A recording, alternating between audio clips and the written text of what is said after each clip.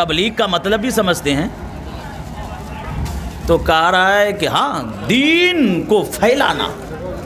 ہم کہ آج تک تو آپ سے دین پھیلا نہیں جہاں تک کہ برباد ہی ہوا ہے.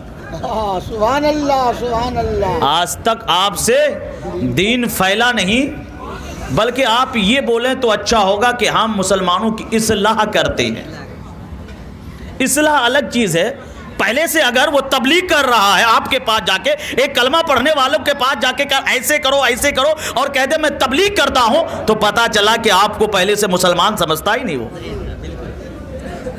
آپ سمجھ رہے ہیں میری بات؟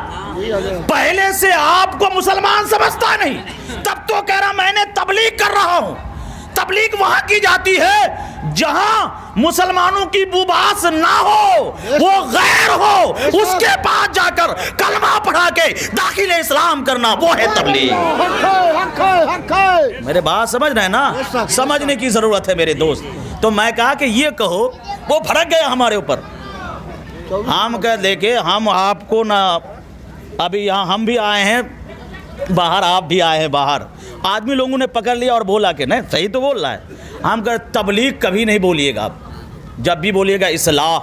اور اصلاح ہمارے امام سے بڑھ کر، وہ آپ 40 دن کے لیے نکلے، پاجامہ اونچا کیے، 12 ہاتھ کی پگڑی باندھ کر کے چلے. کل تک آپ کچھ بیچ رہے تھے، کل تک کچھ کر رہے تھے، اٹھا کے لے آیا اور چلا ہے سکھانے کے لیے. آپ سے نہیں ہو پائے گا، اگر ہوگا تو مسجد کے امام ہی سے ہو سکتا ہے. میں نے اسے بتایا، کہا کہ ایک جو دوسرا جملہ یہ کریں کہ میں آپ کو ابھی نکال رہا ہوں، ایک نبی کی سنت پر عمل ہو جائے. کہا کہ نبی نے مسجد نبوی میں منافق کا نام لے لے کے، پہلے کہا جو ہو نکل جاؤ ورنہ نام لے لے کے نکالوں گا.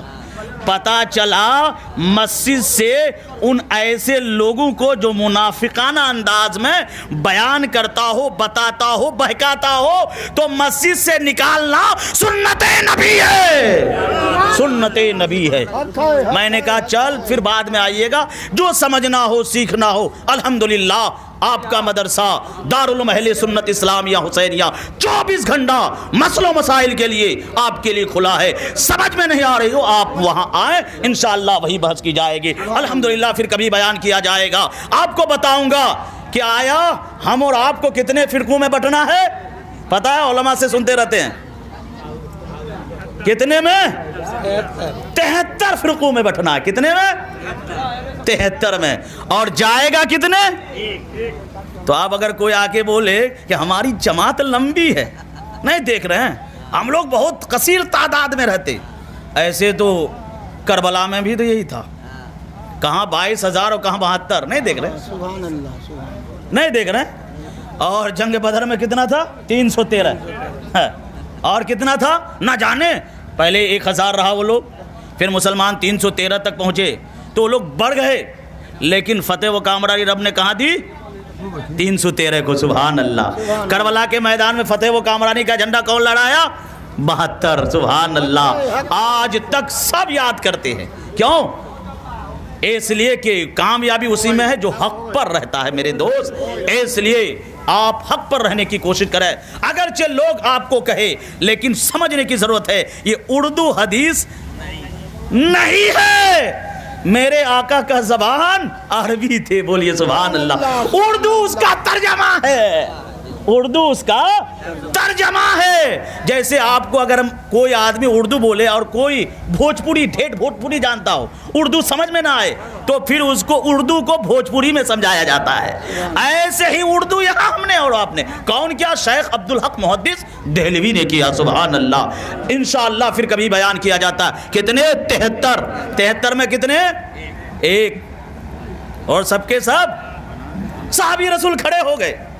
عرض کیا یا رسول اللہ وہ ایک ہے کون؟ اس کی پہچان ہے کیا؟ ما انا علیہ و اصحابی. آقا عرض کرتے ہیں جس پر میں ہوں اور میرے صحابہ ہیں اسی راستے پر چلنے والا جنتی فرقہ ہے. بتا دیا نا، بتا دیا نا. تو اب اپنے گھوم کے ارد گرد میں دیکھنا کہ ہے کیا نبی سے محبت کرنے والا ہے کہ نہیں, نبی پر صلاۃ و سلام پڑھنے والا ہے کہ نہیں, نبی پر درود پاک پڑھنے والا ہے کہ نہیں, کلمہ پڑھتا ہے تو کلمے کی حفاظت کرتا ہے کہ نہیں, کلمہ پڑھتا ہے تو کلمے پر عمل کرتا ہے کہ نہیں. آیا آپ وہاں دیکھیں کہ نبی کے نام آنے پر اپنے آنکھوں سے انگوٹھے کو لگاتا ہے کہ نہیں؟ اگر یہ تمام چیز اس میں پایا جائے گا تو سینے سے سینہ لگا لینا. نبی یہ پاک فرماتے ہیں کہ جس پر میں ہوں اور میرے صحابہ ہے, ایسا کرنے والا ہی فرقہ جنتی ہے.